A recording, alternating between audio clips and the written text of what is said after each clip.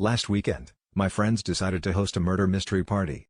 You know, the kind where everyone gets a character, someone gets killed, and then we all pretend we're Sherlock Holmes with a hangover.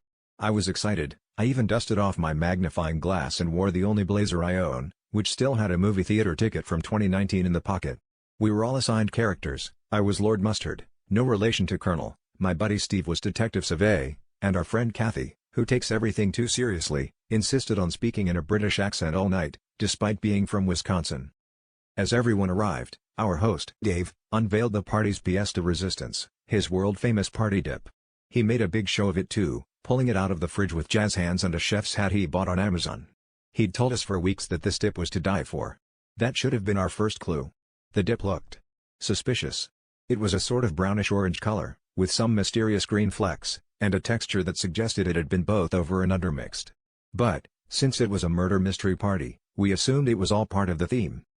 About 20 minutes in, after Kathy dramatically fainted onto a beanbag and Steve revealed he'd been the killer all along, in a plot twist no one saw coming because he'd literally just pointed at himself and yelled, "It was me," things took a turn. People started eyeing the dip with genuine concern.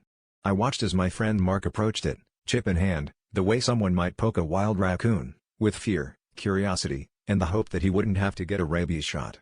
He took one bite, made a face like he'd just licked a 9-volt battery, and quietly set his chip down. Others followed suit, each new taster inventing a new reason to wander away from the snack table and towards the safety of the living room. By the end of the night, the only real mystery was what on earth Dave had put in that dip. The crime scene tape was draped around the bowl, and someone had helpfully sketched a chalk outline of a tortilla chip on the table. As we left, Dave asked if anyone wanted to take some home.